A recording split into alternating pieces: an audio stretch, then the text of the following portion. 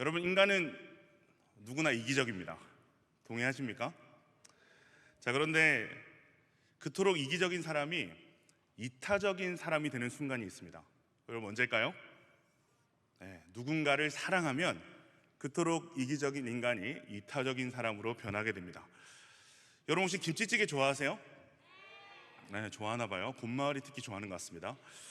여러분, 김치찌개에는 두 파가 있습니다. 참치파, 돼지고기파. 자, 나는 참치파다 손. 그럼 나는 돼지고기파다 손. 오, 네. 그때그때 땡기는 게 다르다 손. 네, 저도 그때그때 땡기는 게 다른 편인데요. 네. 자, 그런데 돼지고기 김치찌개를 먹을 때 정말 얄미운 사람이 있습니다. 여러분, 어떤 사람일까요? 네, 다들 경험이 있으신가 봐요. 네. 보통 김치찌개를 먹으면 한 곳에 끓여서 다 같이 먹잖아요. 그런데 꼭 고기만 다 골라 먹는 사람이 있습니다. 마치 스나이퍼처럼 이 돼지고기만 공략하는 사람이 있어요. 그런 사람하고 돼지김치찌개를 먹으면 손절하고 싶죠. 그죠? 제가 신대원 다닐 때 신대원 앞에 정말 맛있는 김치찌개 집이 있었어요. 지금도 가끔 생각이 나는데 가격도 저렴해서 가끔 먹으러 갔습니다. 그런데 문제는 저랑 가장 그 김치찌개를 자주 먹으러 간 한 전도사님이 이 돼지고기 스나이퍼인 거예요. 그 전도사님이 자기 앞접시에 한 국자를 떠가면 희한하게 고기가 없어. 그래서 내가 무조건 먼저 떠야 돼. 그래서 그 전도사님이 먼저 한 국자를 뜨는 날에는 저는 이제 김치만 먹어야 되는 거죠. 그래서 사실 그때 손절할까? 라는 생각을 했는데 다행히 제가 예수님을 만난 후라 제가 받은 이 예수님의 값없는 사랑과 은혜로 용서하고 지금까지 잘 지내고 있습니다. 자, 그런데 제가 똑같은 이 김치찌개 집에서 이 김치찌개를 먹다가 감동을 받은 적이 있습니다. 제가 결혼하고 나서 첫 휴가를 받았어요. 그래서 여행을 계획하고 간 곳이 어딜까요? 에버랜드를 갔어요. 에버랜드를 갔어요. 네, 에버랜드 간 게 되게 재밌나 봐요, 그죠?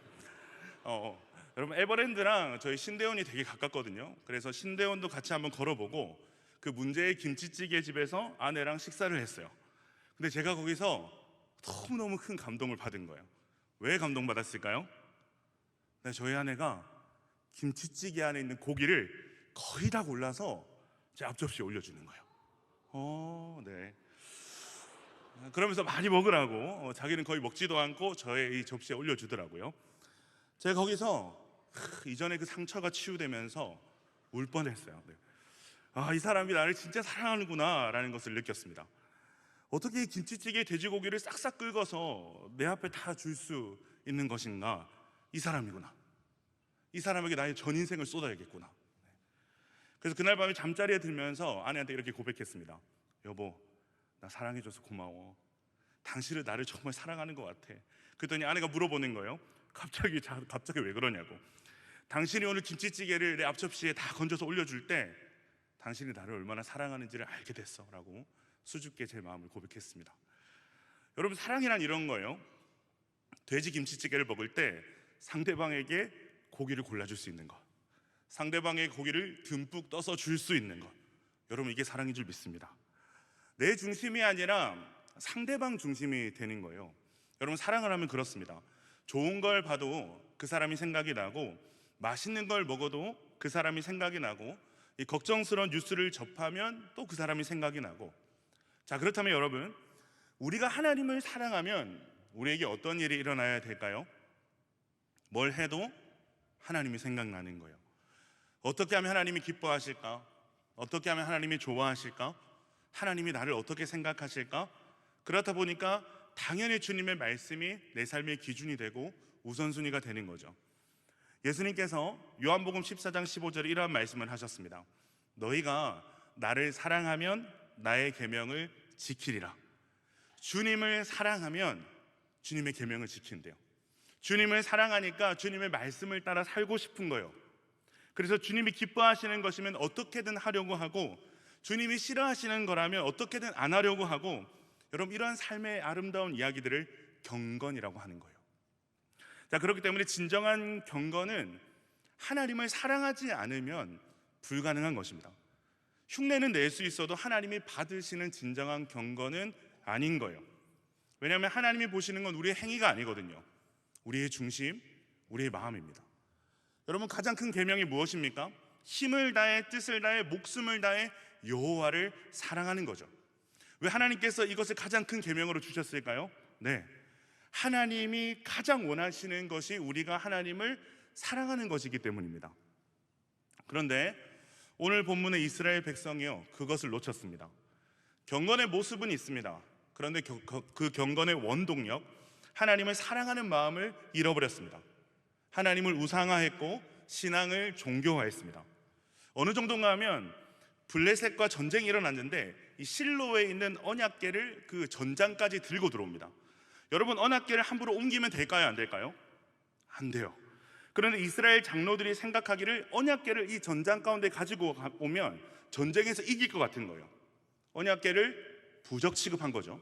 그래서 그 결과로 전쟁도 패하고 언약궤도 블레셋에 빼앗기게 됩니다. 그래서 이 블레셋 사람들이 자신들이 섬기는 다곤 신상 앞에 이 전리품으로 언약궤를 가져다 놔요. 자, 그런데 재밌는 일이 일어납니다. 언약궤를 가져다 놓은 다음 날부터 다곤 신상이 절하는 모양으로 하나님의 언약궤 앞에 엎어져 있는가 하면, 그래서 블레셋 사람들이 그 다곤 신상을 다시 세워놓고 그 다음 날 또 찾아갔는데, 그 다음 날은 팔과 목이 부러진 채 언약궤 앞에 다곤 신상이 엎드려져 있는 거죠. 이 블레셋 사람들 입장에서는 기절초풍할 일이 일어난 겁니다. 그래서 이들은 언약궤를 이곳저곳으로 옮겨보기를 시작합니다. 그런데 그것을 옮기는 곳마다 사람들이 죽어나가는 일이 일어나는 거예요. 그래서 결국 이들은 이 언약궤를 이스라엘로 돌려보내기로 결정을 합니다.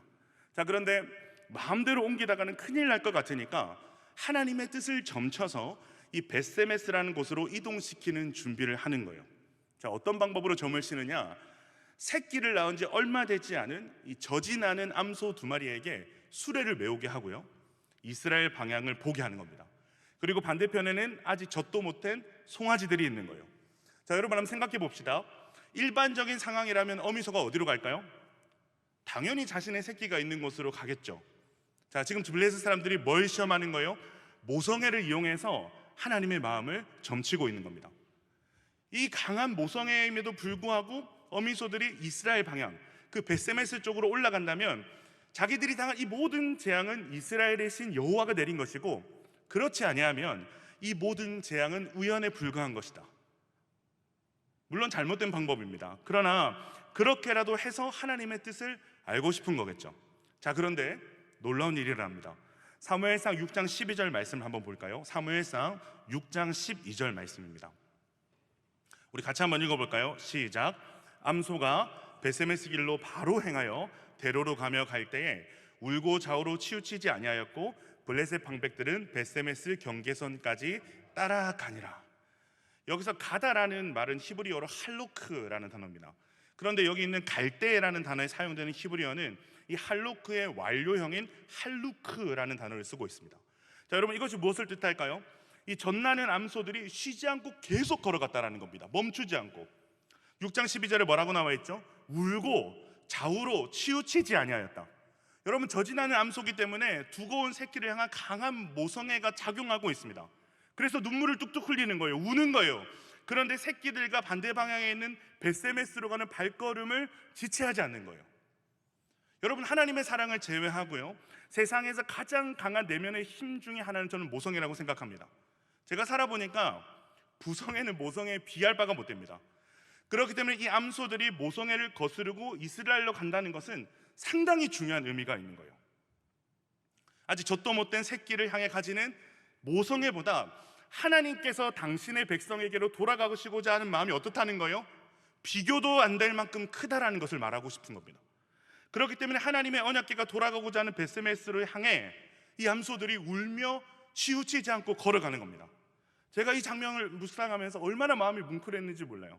암소들이 불쌍하기도 하고 I'm so sorry. 그런데 그것보다 마음이 더 뭉클한 건 이 하나님의 마음 때문이었어요. 여러분, 이스라엘은 하나님을 멸시했습니다. 하나님을 우상화하고 하나님을 경외하지 않았습니다. 철저히 자기 중심에 따라 하나님을 이용하려고 했습니다. 그래서 하나님이 이스라엘을 떠나셨는데요, 알고 보니까 그게 하나님의 본심이 아닌 거예요. 다시 당신의 백성 이스라엘에게로 돌아오시려는 강한 열망이 하나님에게 있는 거죠. 자, 그런데요, 하나님의 언약궤가 실려오시는 모습이 어떻습니까? 너무나도 초라하게 이방 민족이 점치는 방법을 통해 수레에 실린 채 당신의 백성에게로 돌아오고 계신 거예요. 사랑하는 야베스 동역자 여러분, 우리 하나님은 언제나 그런 분이세요.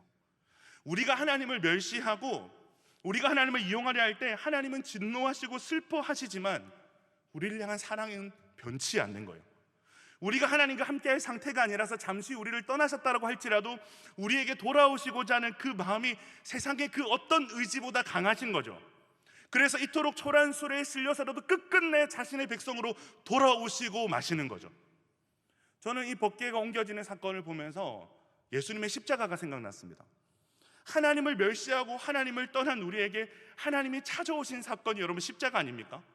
우리가 더 이상 하나님께로 나아가지 않으니 하나님께서 자신의 모든 것들을 버리시고 가장 높은 곳에서 가장 낮은 곳으로 모든 것을 내어던지고 달려오신 사건이 십자가죠.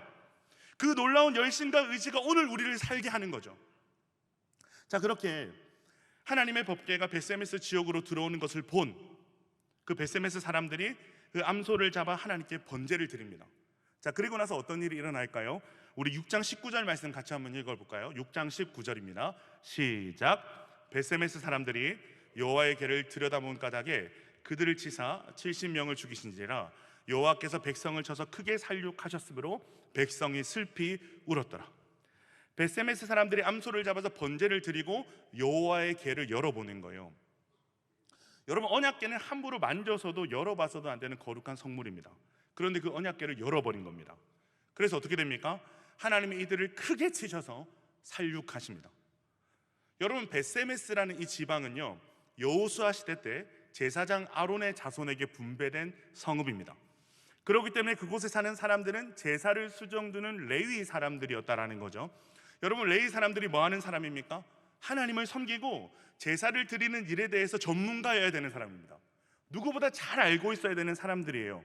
그런데 그들이 자기 마음대로 번제를 드리고 함부로 법궤를 열어본 겁니다. 여러분, 화목제는 수소와 암소 둘 다 드려도 되지만 범죄는 흠없는 수소로만 드려야 되는 제사입니다.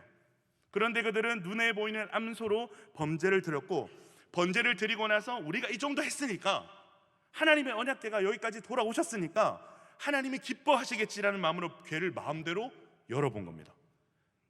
하나님을 여전히 하나님으로 경외하고 영접하지 않은 겁니다. 다시 또 이들은 하나님을 멸시하는 짓을 한 거죠.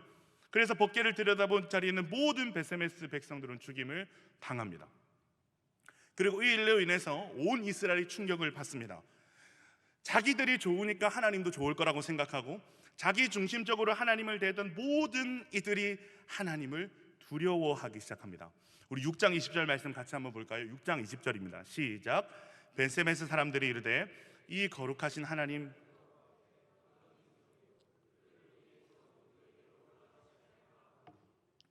그들은 좀 전까지 하나님을 가볍게 여기며 좋은 게 좋은 거다, 우리가 좋은 것이 하나님도 좋은 거다라고 생각했던 사람들이었습니다. 자, 그런데 지금 그들이 뭐라고 고백합니까? 거룩하신 하나님 여호와 앞에 누가 능히 서리오? 이 본문을 히브리어로 직역해 보면 누가 감히 이 거룩하신 여호와 앞에 설 능력이 있는가? 하나님을 우상화하고 자기 마음대로 자기가 원하는 대로 자기가 좋은 대로 하나님을 취급했던 이들이 드디어 거룩하신 하나님 여호와를 고백하며 누구도 이 하나님 앞에 설 능력과 자격이 없음을 고백하고 있습니다. 자, 그런데 하나님께서는 그 즉시 이스라엘 백성에게 돌아오시지 않으세요. 하나님의 언약궤는 저 변방 지역인 기랏 여야림이라는 곳에서 20년 동안 머물게 됩니다. 자, 그런데 여러분, 놀라운 사실이 뭔지 아세요? 이 20년 동안 이스라엘에 놀라운 영적 변화가 일어나는 거예요. 우리 7장 2절 말씀을 같이 한번 읽어볼까요? 7장 2절입니다. 시작. 궤가 기랏 여야림에 들어간 날부터 20년 동안 오래 있은지라 이스라엘 온 족속이 여호와를 사모하니라. 이스라엘 온 족속이 여호와를 사모하니라. 여러분이 사모한다라고 번역된 히브리어 동사 나하는 직역하면 애통하다라는 뜻입니다. 보통 애통이 아니라 사랑하는 가족이 세상을 떠났을 때 유가족이 그 가족을 향한 애통하는 마음을 일컫는 단어가 나하라는 단어입니다. 즉, 사랑하는 가족이 죽은 것처럼, 사랑하는 가족이 떠난 것처럼 하나님이 자신을 떠나신 것과 하나님과의 관계가 무너진 것에 대해서 가슴을 치며 이들이 애통했다라는 말입니다. 여호와의 괴가 블레셋에서 돌아왔지만 20년 동안 괴가 이스라엘 중심으로 들어오지 못하고 이스라엘과 블레셋의 변경 지역인 기란 여아림에 머물러 있는 것을 이 백성 모두가 애통하고 있는 거예요. 사랑하는 여러분, 별 상관없는 누군가와 관계가 끊어졌다고 해서 죽을 만큼 애통하지 않습니다. 애통은 왜 하는 거예요? 사랑하기 때문에 하는 겁니다. 하나님께서 지금 이스라엘 백성들이 순전하게 하나님을 사랑하고 하나님을 사모하도록 이끌어 가시는 것이죠. 이스라엘 백성들은 다시 하나님을 사모하기 시작했고 하나님 없이는 살 수 없다는 것을 고백합니다. 자, 그런데 이제는 자기들이 원한다고 해서, 자기들이 간절히 사모한다고 해서 언약궤를 마음대로 가져오거나 들여다보는 행동을 하지 않습니다. 거룩하신 하나님 앞에 자신들은 설 수 없는 무능력하고 작은 존재임을 고백하면서 그저 구하는 거예요. 하나님의 때를, 하나님의 방법을 하나님께서 돌이켜 주시기를 사모하며 간구하고 있습니다. 자, 그리고 나서 어떤 일이 일어날까요? 오늘 읽지는 않았지만 7장 3절부터 보면 이스라엘의 부흥의 역사가 일어납니다. 기도가 회복되고 회개가 시작됩니다. 그리고 하나님께서 다시 그들의 여호와로 오셔서 그 기도에 응답해 주십니다. 여러분, 이 부흥의 시작이 어디서부터 시작됐을까요? 이 부흥의 시작이 어디서부터 일어났을까요? 이스라엘 온 족속이 여호와를 사모하니라. 사랑하는 야베스 동역자 여러분, 부흥은요, 하나님을 간절히 사모하는 것에서부터 시작됩니다. 내 문제, 내 필요를 위해서 하나님을 원하는 것이 아니라 하나님의 존재를 사모하는, 하나님의 사랑을 원하는 그 갈망에서부터 시작되는 것이 부흥이에요. 한국교회는 이 부흥이라는 단어를 오랫동안 오용했습니다. 교인의 숫자가 많아지거나 왕성해지는 것이 부흥이라고 말했습니다. 그런데 부흥은 그런 뜻이 아니에요. 한글 성경에서 부흥이라는 단어는 하박국서에 딱 한 번 등장을 하는데요, 여기서 부흥이라 번역된 히브리어 하야는 살다, 다시 살리다라는 뜻이 있습니다. 즉 부흥은 생명력을 완전히 상실한 것이 다시 살아나는 겁니다. 말라 비틀어진 마른 뼈와 같은 상태에 생기가 불어넣어지는 겁니다. 자, 그렇다면 살리는 일, 완전히 죽은 것을 살리는 일은 여러분 누구에게 속한 겁니까? 누가 할 수 있는 겁니까? 우리가 할 수 있습니까? 아니요, 우리가 할 수 없어요. 오직 하나님만 하실 수 있는 일이 부흥인 거예요. 자, 그렇기 때문에 하박국 선지자가 구하는 부흥은요, 오직 하나님만을 기대하고 바라는 상태라고 할 수 있습니다. 근데 지금 이스라엘 백성의 마음도 동일한 거예요. 거룩하신 하나님 여호와 앞에 누가 등이 서리오라는 고백과 함께 정말 간절히 하나님을 사모하는 그 마음은 하박국이 부흥을 열망하는 마음과 동일합니다. 주님, 다시 주님의 충만한 임재를 경험하길 원합니다. 무감각하고 죽어있는 우리의 영혼에 생기를 불어넣어 주십시오. 다 끊어져 버린 듯한 주님과의 관계가 회복되게 하여 주십시오. 다시 우리가 주님을 경외하게 하여 주십시오. 다시 우리가 주님을 사랑하게 하여 주십시오. 이 사모하는 마음, 나하, 여러분 여기가 바로 부흥의 시작점인 것이죠. 자, 그런데 여러분 정말 놀라운 사실이 뭔지 아세요? 이 부흥의 역사가요, 사무엘상뿐만이 아니라 수백 년 전 교회사 속에서만 아니라 오늘날에도 이 부흥의 역사가 일어나고 있다는 겁니다. 2023년 올해죠, 2월 8일 수요일 미국의 켄터키주의 월모어라는 곳에 있는 에스베리 대학교에서 놀라운 부흥의 역사가 일어납니다. 흥미롭게도 대학생들이 드리는 수요 채플에서 이 부흥의 역사가 시작됩니다. 혹시 채플을 드려본 친구들은 아실 거예요. 이 대학교의 채플은 막 수련회 같이 막 이렇게 뜨거운 분위기가 아니에요. 그런데 그 채플에서 부흥의 역사가 시작됩니다. 학생들과 교수들이 채플실에 꽉꽉 몰려들기 시작합니다. 그래서 채플실이 꽉 차기 시작하더니 예배와 기도가 멈추지 않고 계속해서 지속되기 시작합니다. 그리고 이 부흥의 이야기가 SNS를 통해서 미국 전역에 퍼지기 시작했고, 미국 전역의 목회자들과 성도들과 사람들이 그곳에 몰려들기 시작합니다. 심지어 해외에서도 이 현장을 보기 위해서 사람들이 찾아오면서 학교는 인산인해를 이루고 채플실에 들어가기 위해서, 이 부흥의 영자를 보기 위해서 수많은 사람들이 기약 없이 줄을 서는 일이 일어납니다. 그리고 줄을 선 곳곳에서도 찬양과 예배가 막 시작되는 거예요. 그렇게 하루 24시간 내내 쉬지 않고 찬양하고 기도하고 성경 읽고 예배하는 일이 일어난 겁니다. 수요일, 목요일, 금요일, 시간이 지나면 지날수록 더 왕성하게 하나님을 예배하고 찬양하는 일이 일어나는데, 결국 에즈베리 대학교 총장의 기도회를 멈추기를 공식 선언할 때까지 무려 16일 동안 24시간 동안 모든 예배와 기도회와 찬양이 끊기지 않고 지속되는 일들이 일어났습니다. 인도자나 그룹 리더도 없어요. 자원하는 사람들로만 16일째 찬양과 기도, 성경 읽기 운동 등이 일어난 겁니다. 그렇게 성령의 임재를 소망하는 사람들의 뜨거운 숨결로 채워지고 있는 이 놀라운 일이 어디서 일어났다고요? 올해 2월 미국의 한 대학교에서 일어났습니다. 교회도 아니고 한 대학교 채플실에서 일어났습니다. 제가 이 기사를 보고 얼마나 가슴이 뛰었는지 모릅니다. 우리 캠퍼스 기도회에서도 이런 부흥이 일어날 수 있겠다. 우리 캠퍼스 기도회에서도 이런 부흥이 좀 일어났으면 좋겠다. 하나님께서 이 땅의 청년들을 통해 부흥을 일으키기 원하신다면 우리 야베스도 이 일에 좀 쓰임받았으면 좋겠다라는 사모함이 생기는 거예요. 자, 그런데 여러분, 이 놀라운 부흥이 어디서부터 시작되는지 아세요? 너무나도 평범했던 한 목사님의 설교에서부터 시작됩니다. 영상을 여러분 찾아보시면 알겠지만 이 목사님의 설교가 카리스마틱하거나 호소력 있는 프리칭도 아니었습니다. 잔잔하게 설교하세요. 메시지도 여러분도 다 들어본 적 있는 아주 단순한 메시지입니다. 하나님을 사랑하십시오. 이웃과 형제를 사랑하십시오. 그렇게 하기 위해서는 하나님의 사랑을 여러분이 알아야 됩니다. 하나님의 사랑을 알기 전에는 이 예배당을 나가지 말고 기도하십시오. 여러분, 우리가 늘 들어왔던 이 말씀에 그 채플실에 있던 20-30명의 청년들이 반응한 거예요. 내가 하나님의 사랑을 모르니까 이곳을 떠나지 말아야 되겠구나. 하나님의 사랑을 알 때까지 내가 이곳을 떠나지 말아야 되겠구나. 이곳에서 떠나지 않고 하나님의 사랑을 구해야겠구나라는 그 말씀에 반응하는 행동을 한 거죠. 자, 그렇게 기도회가 시작이 되는데 바로 그곳에서 회개가 터지고 눈물이 터지고 통회와 자복이 터지는 일들이 일어난 거죠. 그리고 그렇게 은혜 받는 청년들이 친구들에게 문자를 보내기 시작합니다. 자기들도 너무 놀란 거죠. 이런 은혜가 임할 줄 몰랐으니까. 그래서 친구들에게 문자를 보냅니다. 지금 성령께서 역사하시니까 우리 함께 기도하자. 그렇게 한 사람 한 사람이 모여서 기도하기 시작한 것이 켄터키주와 미국 전역과 전 세계로 확산되는 부흥운동이 된 것입니다. 저는 이 에즈베리 부흥의 시작을 보면서 오늘 본문이 떠올랐어요. 그리고 너무나도 흥미로운 점을 발견했습니다. 뭐가 흥미로웠는가 하면 수천 년 전이나 오늘날이나 이 부흥이 시작되는 지점이 너무 똑같은 거예요. 동일한 거죠. 여러분, 그 지점이 어디입니까? 하나님을 사모하는 것. 하나님을 사모하는 것. 그 사모함이 내가 그 하나님의 사랑을 경험하기 전에는 이 자리를 떠나지 않겠습니다라는 결단으로 이어지고 바로 그곳에 성령의 역사가 임하면서 부흥이 시작된 거죠.